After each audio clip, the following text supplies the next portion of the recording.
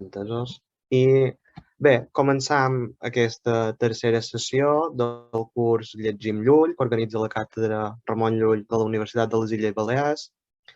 En aquesta sessió, que té per títol Romans de Bast e Blanquerna, 1271-1274, és a càrrec d'Albert Soler, doctor en Filologia Catalana per la Universitat de Barcelona, Premi Extraordinari de Doctorat, professor de Literatura Catalana Medieval, especialitzat en la literatura catalana del segle XIII i, sobretot, en Ramon Llull.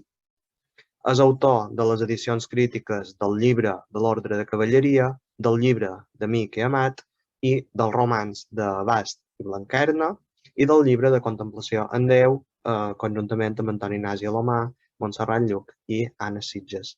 A més, coordina, juntament amb l'Abadia, la base de dades Ramon Llull i ha dirigit el nou glosari general lul·lià i també, des de l'octubre, és director del Centre de Documentació Ramon Llull.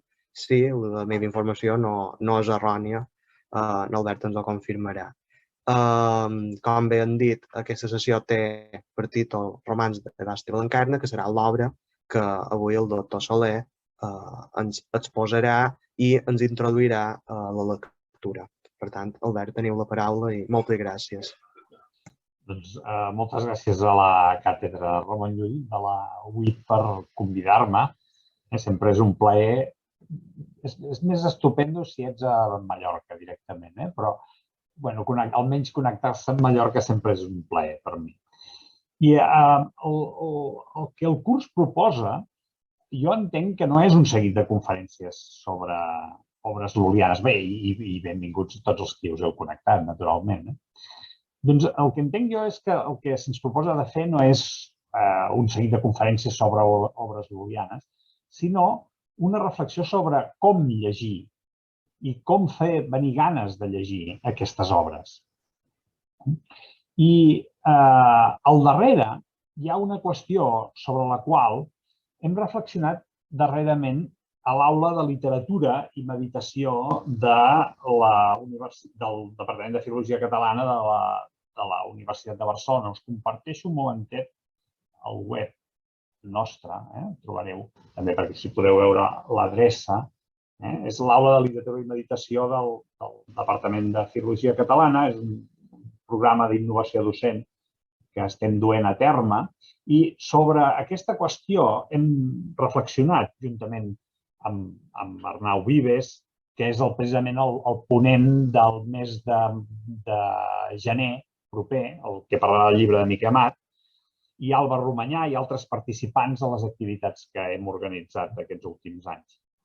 La qüestió és sobre la literatura com a coneixement o la literatura com a experiència. Coneixement i experiència són aspectes inherents a la lectura que es poden distingir però que no podem separar. Sempre que llegim adquirim coneixements i aquests coneixements són objectivables. Però al mateix temps, en la lectura sempre hi ha presents elements personals, subjectius, circumstancials que afecten la recepció del text. Com més coneixements tinguem sobre la lectura que fem, més rica serà l'experiència que fem del text. Però pot passar també que l'adquisició de coneixements anul·li l'experiència de l'obra que llegim. Això succeeix tot sovint, malauradament, quan el text esdevé un objecte d'avaluació acadèmica, ja sigui a l'ensenyament universitari o a l'ensenyament secundari. Doncs bé, a l'aula de literatura i meditació el que busquem és, entre altres coses, crear espais dins dels estudis universitaris sobre literatura que facilitin, jo diria que gairebé recuperin, aquesta dimensió experiencial, existencial dels textos literaris. I això és també el que us proposo avui, en aquesta xerrada. Parlar-vos de la lectura del Blanquerna com a experiència. En realitat, de la meva experiència de lectura del Blanquerna. Això és del que us vull parlar. Jo vaig llegir el Blanquerna per primera vegada el 1984. en l'edició aquesta, que era la que teníem aleshores disponible, si es veu gairebé, els nostres clàssics, el que tenia per títol llibre de Bast i Blaquerna. Jo tenia 21 anys, aleshores, i estava fent tercer curs de carrera. Era una lectura obligatòria, però des de l'inici vaig ser abduït per la lectura d'aquesta obra de Ramon Llull. Jo ja entenc que és una mica estrany i que, a més, em sembla que no li va passar a ningú més a la classe, i en aquells moments a la classe no eren pocs, perquè en aquells moments de filologia catalana podien ser tranquil·lament un centenar d'estudiants en un grup. I doncs jo crec que no em consta cap altre company que li passés una cosa similar, però per mi allò va ser, que se'n diu, un amor a primera vista. I per què em va seduir el text? En primer lloc, hi havia la llengua. Un català que al mateix temps era familiar i que al mateix temps era llunyà. Jo era capaç de llegir aquell text, però alhora aquell text em parlava en una llengua remota, amb dificultats, que en comptes de descoratjar-me, resultaven estimulants. Sempre he pensat que només és interessant allò que resulta misteriós. I aquell llibre a mi em resultava tan misteriós com interessant. En primer lloc, com dic, perquè estava escrit en català antic i no era un problema insoluble llegir aquell català antic, però era un problema. Llavors, a mi em semblava molt interessant. En segon lloc, hi havia la força de convenciment amb què l'autor desenvolupava la seva narració, amb una destresa i una audàcia que feien que el llibre no em caigués de les mans. L'argument que planteja Llull o Blaquerna és enormement ambiciós, tant que fàcilment hauria pogut naufragar. És un argument que no li recomanaria a cap novel·lista. És el pas del protagonista, Blaquerna, i dels seus pares, Bast i Aloma, i encara de la seva amiga Natana, per diversos estats de vida, el matrimoni, la religió, l'episcopat, fins i tot el pontificat i l'eremitisme, dins dels quals aquests personatges esdevenen motors d'una reforma de la cristiandat medieval i impulsors d'una reforma universal. Ara us compartiré el power.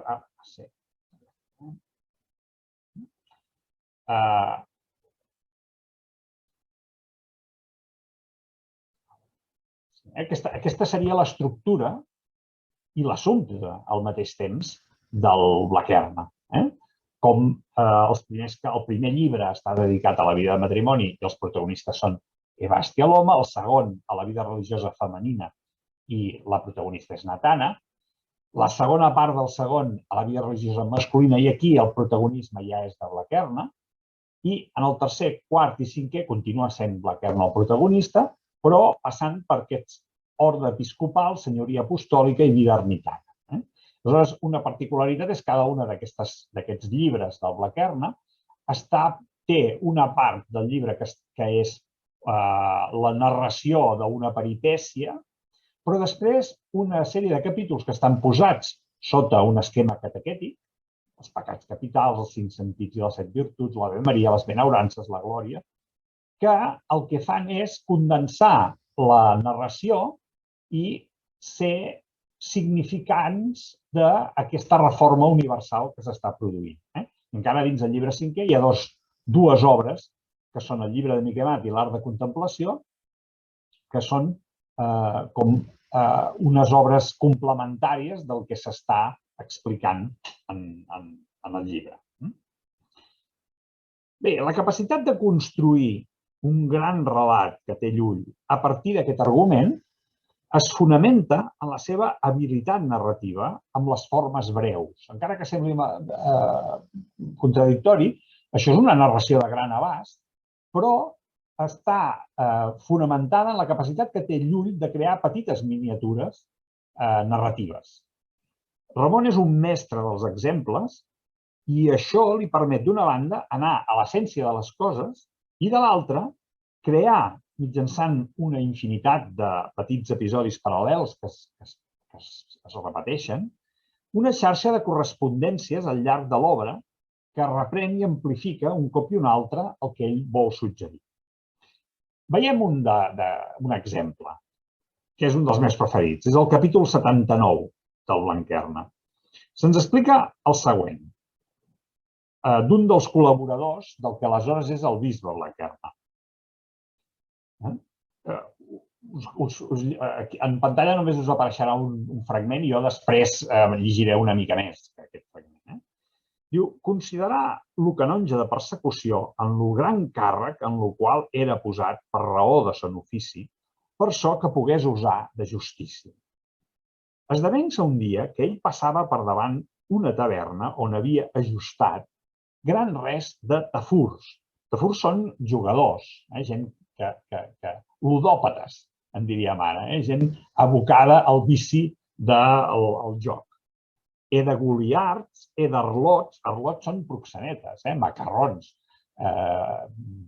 xulos de prostitutes. Per tant, diríem aquí, en aquesta taverna es concentra el bo i millor de la ciutat. Els tafurs, els goliards, que són mals estudiants, per entendre. Estudiants que en comptes d'estudiar estan a la taverna. I d'arlots, els quals bevien en la taverna, cantaven, ballaven, sonaven instruments. I per tant s'ho passaven la mar de bé. El canonge, entrar en la taverna, comprar del vi, ballar els tafurs, digestes cobles de nostra dona.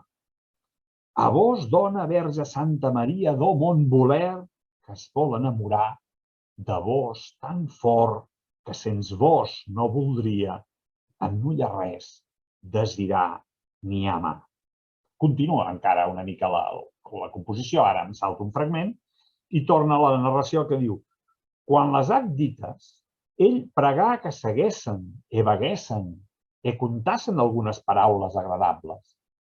De mentre que el canonge era entre aquella gent, los homes qui passaven per la carrera l'escarnien, el reprenien, per ço que eren companya de tants vils homes.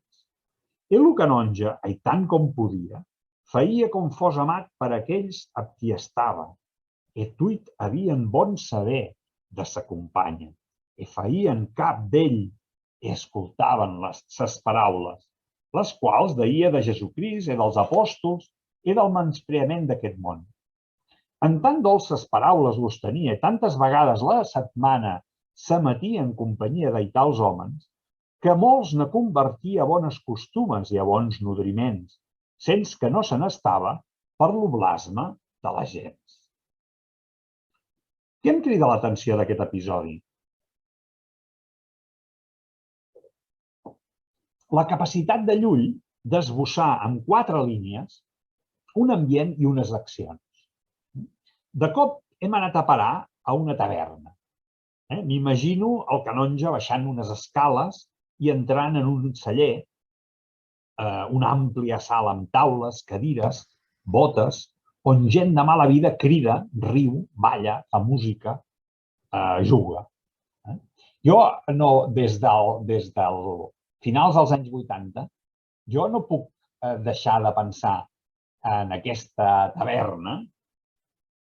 Perdoneu, ara deixaré de compartir un moment que serà més còmode perquè ens veiem més. No puc deixar de pensar en aquesta taverna sense pensar en el celler Montenegro de Palma. Jo no sé si aquí hi pot haver gent que se'n recordi, la Rosa veig que diu que sí.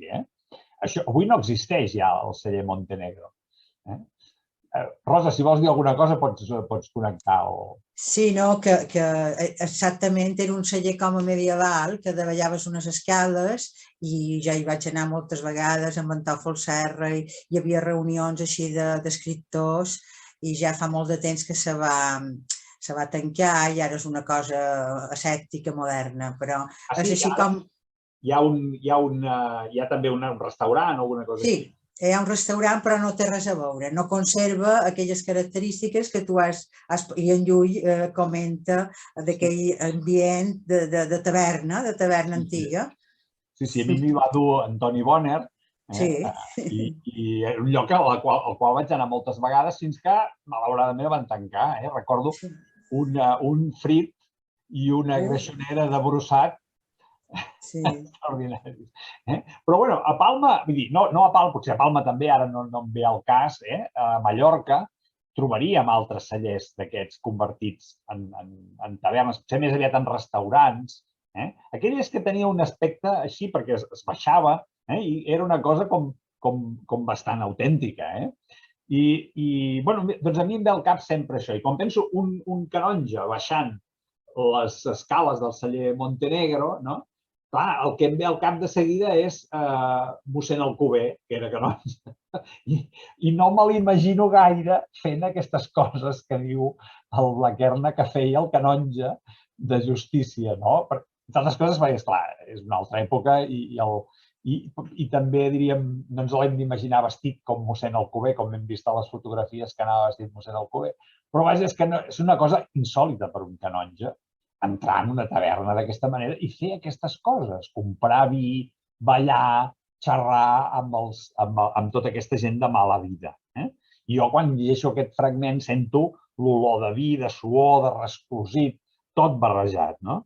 I llavors m'impressiona la capacitat del canonge d'acostar-se a aquesta gent de baixa estofa, la seva falta de prejudicis per barrejar-s'hi, de fer com fan ells. És a dir, m'impressiona sobretot la falta de puritanisme del canonge per barrejar-se amb això. Em crida l'atenció enmig d'un puritanisme que s'estén arreu i que ens impedeix barrejar-nos amb els qui no són com nosaltres o amb els qui no pensen com nosaltres.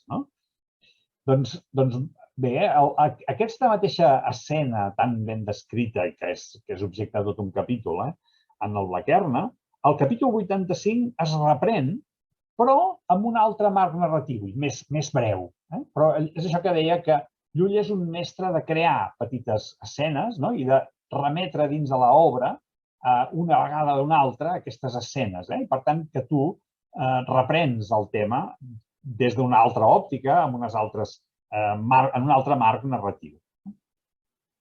Doncs ja veieu, aquestes dues raons són les que em van atrapar d'entrada, amb les que el llibre em va atrapar d'entrada. Però hi havia alguna cosa més que jo llavors no em vaig saber explicar. I així que vaig tenir oportunitat de plantejar-me de fer una tesi doctoral, l'any 1987, doncs no vaig dubtar ni un moment que volia fer una tesi doctoral sobre el Blaquerna. Llavors, la prudència de la meva directora, que era la doctora Lola Badia, va fer que decidís acotar el meu treball al llibre de Miquel Amat, una part fonamental del Blaquerna. I vaig acabar fent l'edició crítica del llibre de Miquel Amat, que és aquesta que es va publicar als nostres clàssics, la mateixa col·lecció, en un altre format, però la mateixa col·lecció on havia llegit el Blaquerna. I vaig fer aquesta edició crítica i, entre altres coses, en aquesta edició jo demostrava que el llibre de Miquel Amat va ser concebut com una part de la novel·la. Llavors, amb diverses represes i en diversos moments de la meva formació, o ja del meu exercici com a professor universitari, vaig tornar al Blaquerna fins que, en col·laboració amb Joan Santanac, vam acabar fent una edició crítica del Blaquerna, que és aquesta, això ja és dins de la nova edició de les obres de Ramon Llull, i encara, una mica més tard, vam fer una edició divulgativa, que és aquesta, que és la que jo us recomano de llegir, si no és que no teniu ja una altra edició del Blaquerna, recomano de llegir aquesta edició de Barsino. I, a més, aquesta edició ha estat traduïda a l'anglès i aviat serà traduïda també a l'italià. Així doncs, no puc amagar, oi, que hi ha molta lectura crítica del Blaquerna i molta adquisició de coneixements sobre l'obra, però també molta experiència personal al voltant d'una obra que m'ha acompanyat durant gairebé 40 anys. Després de tants anys, m'adono que el Blaquerna expressa dues experiències humanes que connecten especialment amb la meva experiència vital. I ara sí que us poso altra vegada el Power.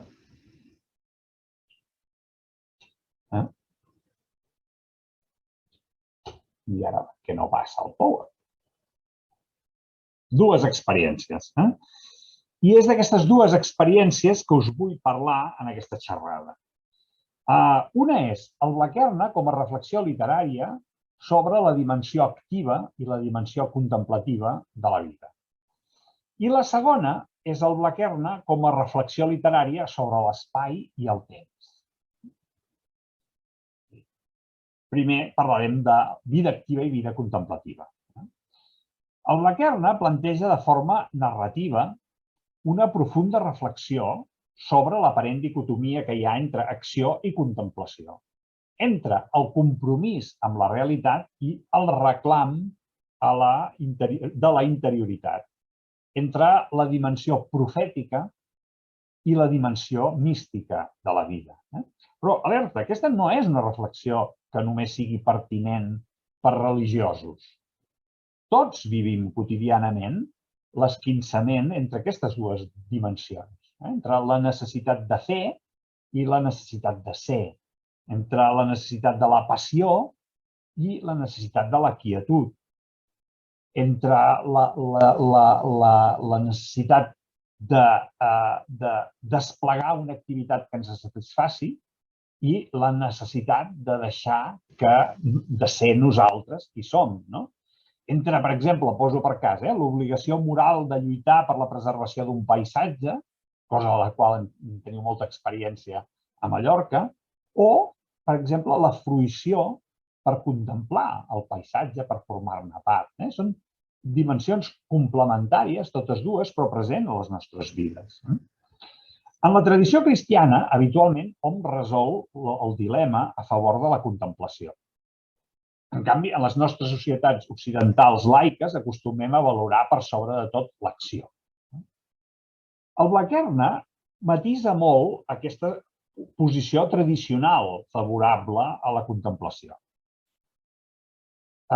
Llull introdueix subtilment un error entre les motivacions que impulsen el jove Blaquerna a fer-se ermità, a fugir del món, és a dir, a buscar la comoditat de la soledat i l'aïllament d'un món que percep com a ple de malícia i de corrupció.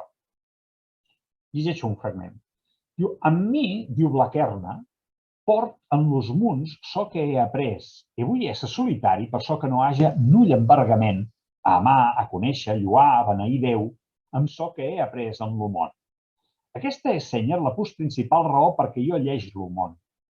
D'altres raons hi ha assats, entre les quals és aquesta, això és a saber, que quasi apenes veig null home en lo món qui faça son deber, en honrar, amar i conèixer Déu, ni qui li haja grat del bé que n'ha rebut. E quasi tot lo món s'és convertit en vanitats, en malvestats, enganys i errors. I aleshores afegeix això. E per això vull més ésser entre les bèsties salvatges i els arbres i els ocells, que són sens culpa, que està entre tants homes desconeixents i culpables envers el benefici que han rebut de Déu. Aquesta raó, que és aparentment secundària, prefereixo més estar entre bèsties, salvatges, arbres i ocells, que no pas entre les persones que són ingrates, culpables i desagradables. Aquesta raó, aparentment secundària, invalida qualsevol vocació contemplativa. La primera intenció de la vida eremítica ha de ser conèixer, estimar i lloar Déu. I en cap cas, viure tranquil, allunyat del món. Aquest error inicial serà el que impedirà a Blaquerna complir el seu desig de ser ermità, fins que hagi atès les necessitats diverses que les persones i les comunitats li van plantejant al llarg del seu camí. Fixeu-vos, ara a nosaltres ens passa una cosa que podria semblar-se. És a dir, ja arriba un punt amb tant bombardeig del coronavirus que a un li agafen ganes de tancar-se a casa.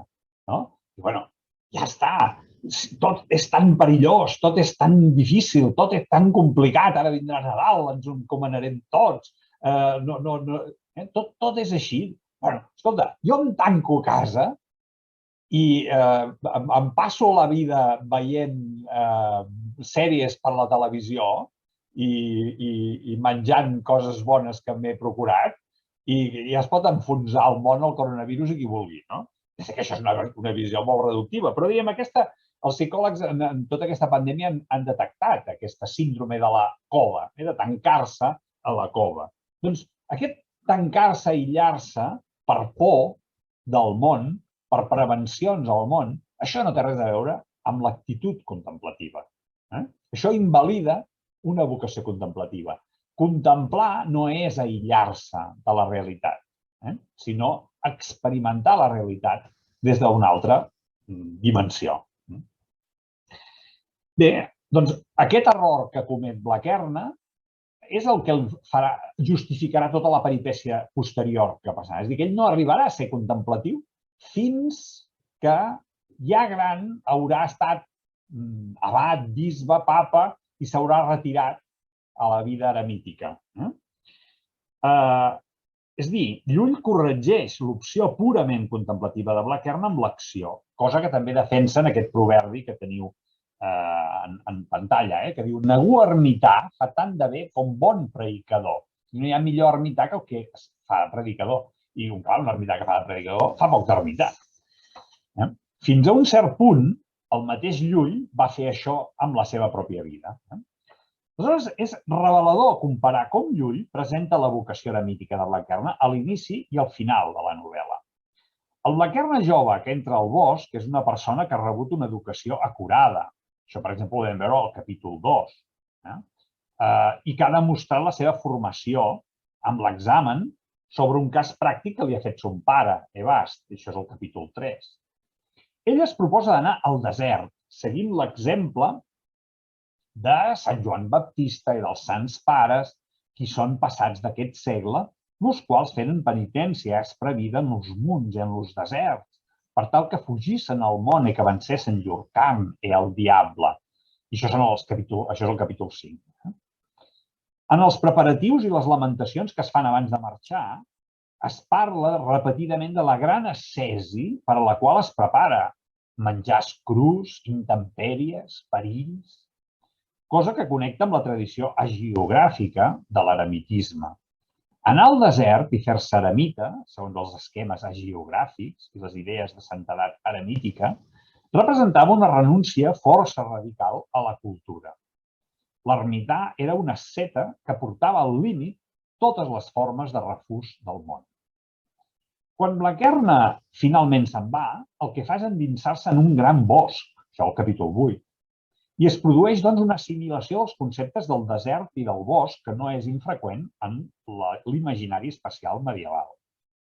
Quan retrobarem Blaquerna en la narració, que ja és el capítol 42, després del parèntesi de les històries d'Evast, l'home i Natana, el gran bosc es presenta com un lloc al mateix temps perillós i inhòspit, amb bèsties salvatges que hi ronden i un locus amoenus amb bells prats, fontanes i arbres que permeten el descans i la contemplació. Aquest fragment que teniu il·lustra aquesta part de les bèsties. Per les bèsties salvatges que sentia anar per la forest, s'atorbava sa oració per la por que n'havia. Al bosc, Blaquerna rebrà una iniciació que el portarà lluny d'aquest ideal ascètic i contracultural d'eremita, ja que personatges al·legòrics com els 10 manaments, fe, enteniment, veritat, devoció o valor, li transmeten ensenyaments característicament lulians que l'empenyen a comprometre's amb una recta ordenació de la societat i de l'Església. Això són els capítols 42-51. Finalment, quan Blaquerna, ja vell, es fa ermità, després d'haver estat monjo, abat, bisbe i d'haver renunciat al papat, ja no queda en la seva vida res de l'ideal inicial, el que provenia del model eremític radical. Res d'ascesi fora mida. El Blaquerna ermità porta una vida molt moderada i endreçada, tal com s'explica en detall al capítol 98. Ara, us poso un altre fragment. No, perdoneu, aquí. El capítol 98, però llegir un fragment anterior. Diu, Blaquerna s'allevava a mitjanit i obria les finestres de la cel·la per so que veiés l'ocel i les esteles i començava sa oració com pus devotament podia, per tal que tota sa ànima fos amb Déu i que sos ulls fossin en llàgrimes i en plors. Quan Blaquerna havia contemplat i plorat llongament tro a les matines, entrava en l'església i sonava les matines, i el diaca, té fins i tot un ajudant, en forma de diaca, el diaca venia qui li ajudava a dir les matines. Après l'alba, cantava la missa. Quan havia cantada la missa, Blaquerna deia algunes paraules de Déu, al diaca per tal que l'enamoràs de Déu. I ambdós parlaven de Déu i de ses obres i ploraven ensems per la gran devoció que havia en les paraules que deia. Llavors és el fragment que teniu. Diu, après aquestes paraules, el diaca entrava en l'hort, elaboraven algunes coses, i Blaquerna eixia de l'església i recreava sa ànima del treball que havia sostingut sa persona i guardava els munts i els plans per tal que alguna recreació hagués. Per tant, Blaquerna no és un eremita il·luminat i miracler, sinó algú que viu amb modèstia i austeritat i que, cosa que és molt rellevant, es dedica a escriure. El llibre de Miquel Amat és obra seva.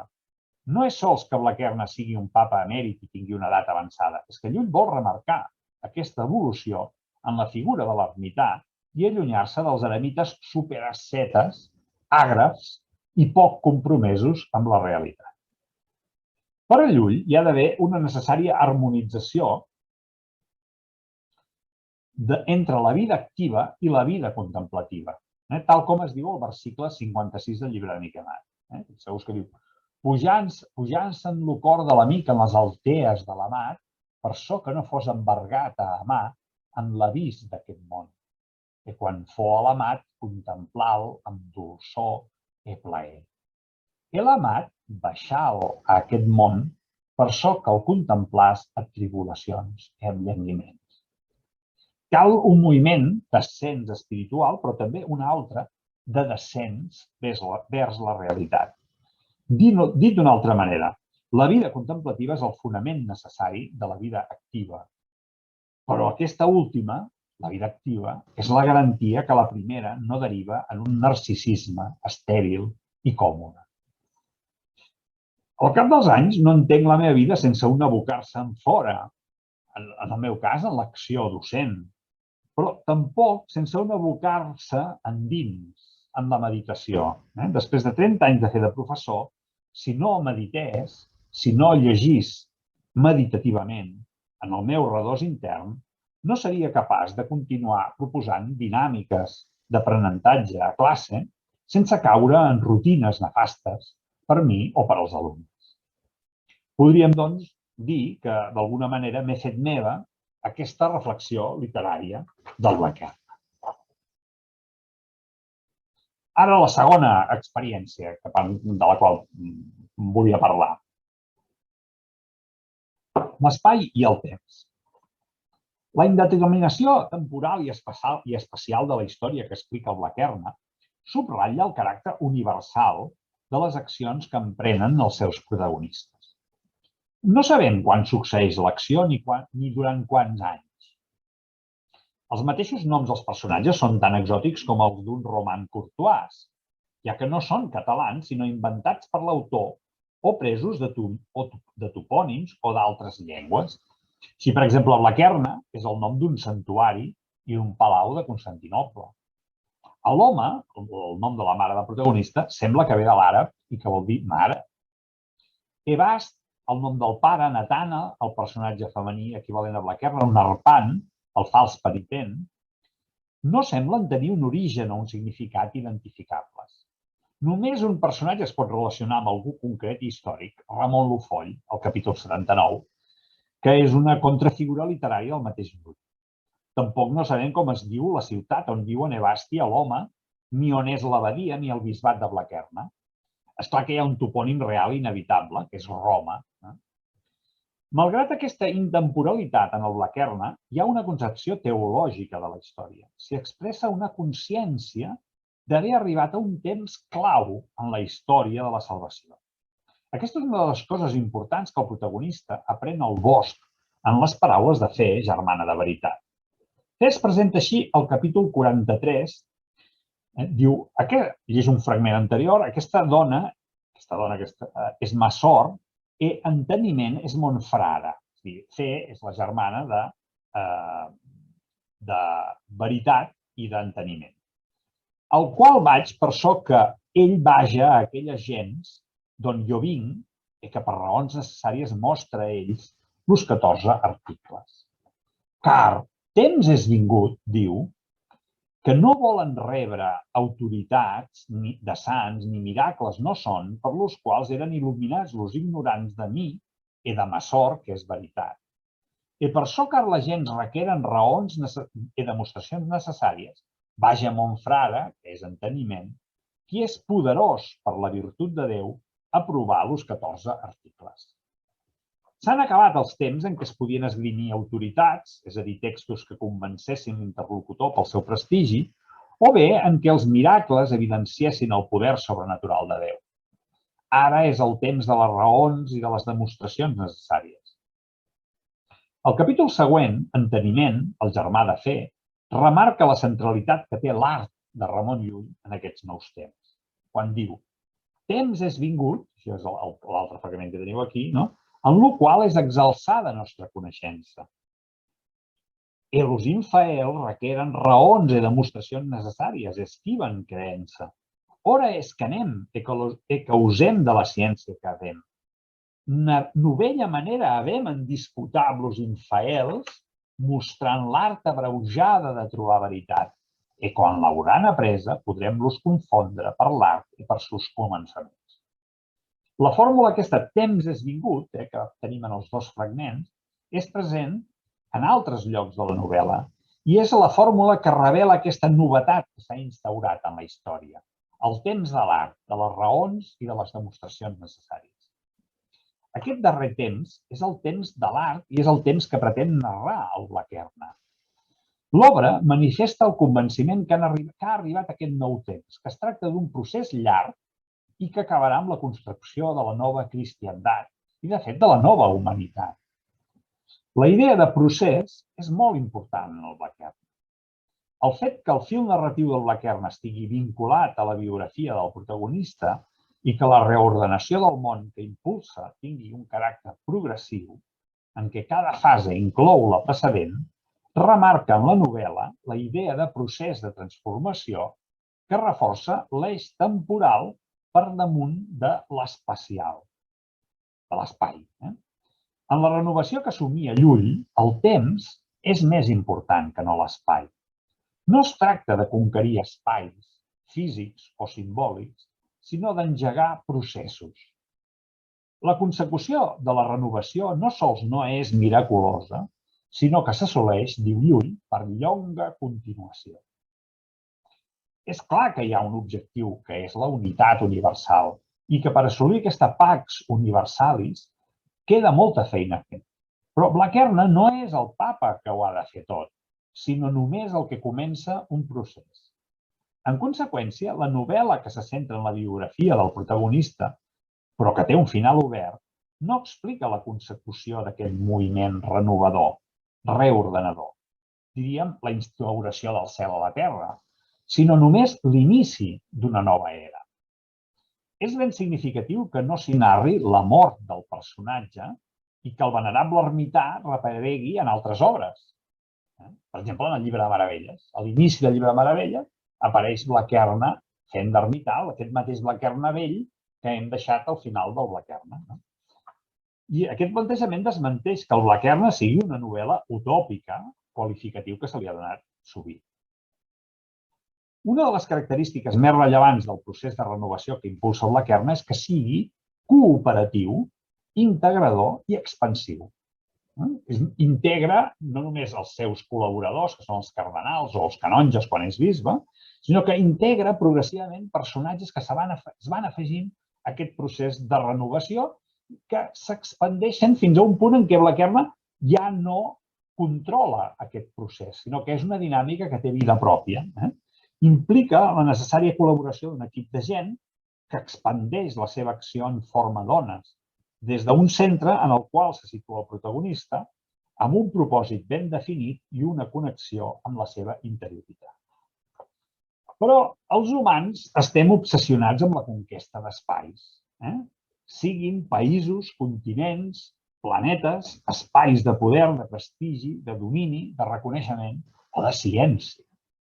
També em sembla ben curiós com hem arribat a un punt en què considerem la ciència com un espai a conquerir.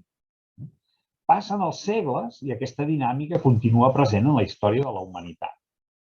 I en realitat, d'allò únic que som mínimament amos els humans, no és de l'espai, sinó del temps. El temps és més important que l'espai. Són espais les parcel·les de poder polític, acadèmic, religiós, esportiu, ideològic, sentimental. En totes les dimensions de la vida humana trobaríem parcel·les de poder i, per tant, espais, metafòricament espais.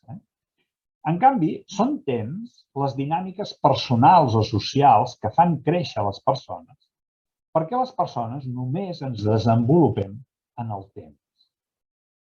Quan Llull diu l'home és l'animal que s'humanifica, per exemple, l'art breu, diu en diversos llocs, però aquest és el fragment que parla l'art breu, el que està expressant és el dinamisme intrínsec de la realitat. Un dinamisme que no té altra finalitat que el desenvolupament de totes les capacitats dels humans, dels animals, dels ecosistemes, no pas l'assoliment del poder. Al capdavall, a mi, aquesta reflexió sobre l'espai i el temps en el Blaquerna ha esdevingut una experiència fonamental. En la meva acció com a docent, però tant se val, com a docent, com a investigador, com a pare de família o simplement com a ciutadà, què prioritzo, l'espai o el temps? L'experiència de donar més importància al temps que no a l'espai canvia moltes coses en tots aquests àmbits. Per mi és fonamental, com dic. Per acabar, tota lectura és un acte creatiu.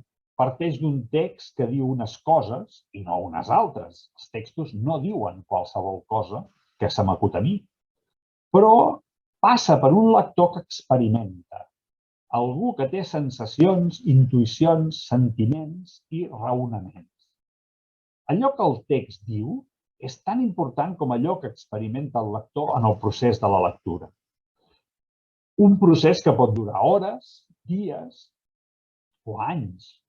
La conversa activa, que és tota lectura atenta, existeix en el temps. Més en el temps que no en l'espai. I és completament corporal, perquè tots els impactes que ens produeix, sensacions, intuïcions, sentiments, raonaments, són impactes en el cos. Crec que no exagero si dic que al cap de 40 anys de tenir-lo present, d'una manera o altra en la meva vida, he arribat a fer-me meu el Blaquerna. Això diríem encarnar-lo. I moltes gràcies, això és el que us volia explicar de la meva experiència de lectura del Blaquerna. I si teniu alguna pregunta o observacions o suggeriments o reflexions a afegir a les que jo he fet, em seran molt benvingudes. Efectivament, bé, moltes gràcies, Albert, per aquesta magnífica sessió. I ara, si algú té cap pregunta o vol intervenir, té el torn de paraula perquè puguem comentar algun aspecte o qualque dubte que hagi pogut sortir. Potser he parlat poc del Blaquerna, Digues, Rosa, digues. Sí, bé, si me permets, volia parlar un momentet del llibre de Miqui Amat, que crec que està dintre del Blaquerna, però crec que podria no ser-hi allà, veritat? I l'experiència aquesta que dius de contemplació. Bé, jo per motius d'haver estudiat el comentari de Soraina Maria del Santíssim Sagrament vaig tenir que entrar-hi molt a dintre de lo que és el llibre de Miqui Amat i considero que és d'autor, que no és una obra tan original com pugui semblar, sinó que és d'autor d'una tradició musulmana que jo crec que això s'ha anat revisant en aquests darrers temps i que pertany a una espiritualitat molt més ampla o molt més àmplia que la merament cristiana i una experiència verdaderament mística, però basada més en un Déu transcendent que no en un Déu cristià estrictament, com a vegades en Ramon Llull en altres llibres el planteja. Volia saber si tu estaves d'acord amb això o tens una altra opinió. Hi La sessió del gener d'aquest cicle està dedicada al llibre Mica Mat. Vull dir que també no vull avançar molt coses ara, però em sembla molt bé que hagis fet el tema perquè efectivament forma part del Blaquerna. Jo crec que en el llibre de Mica Mat hi ha moltes influències i que efectivament hi ha es transmet una experiència, una vivència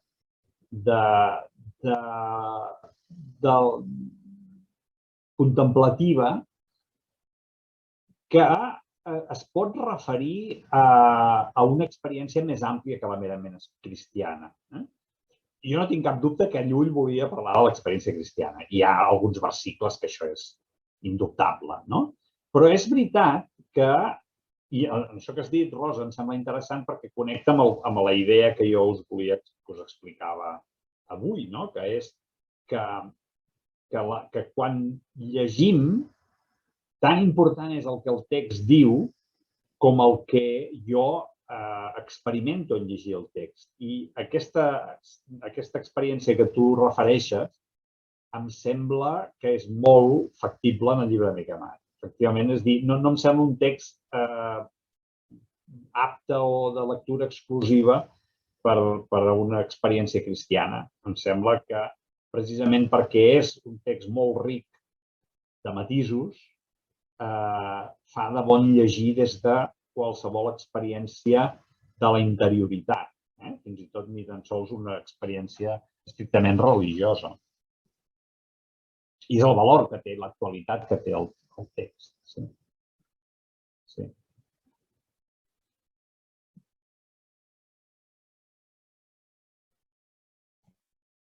D'acord. I bé, si no hi ha cap altra pregunta, donarem per tancada aquesta sessió. Moltes gràcies, Albert, per la feina feta i, com sempre, és un plaer sentir-vos. I continuarem amb la quarta sessió del curs, dia 27 de gener, com ja també ha dit en Albert un parell de vegades, amb el llibre de Mica Mat a càrrec d'Arnau Vives. Per tant, moltes gràcies i esperem que fins una altra i que ens puguem veure prest i per ventura en un altre format. Per tant, moltes gràcies.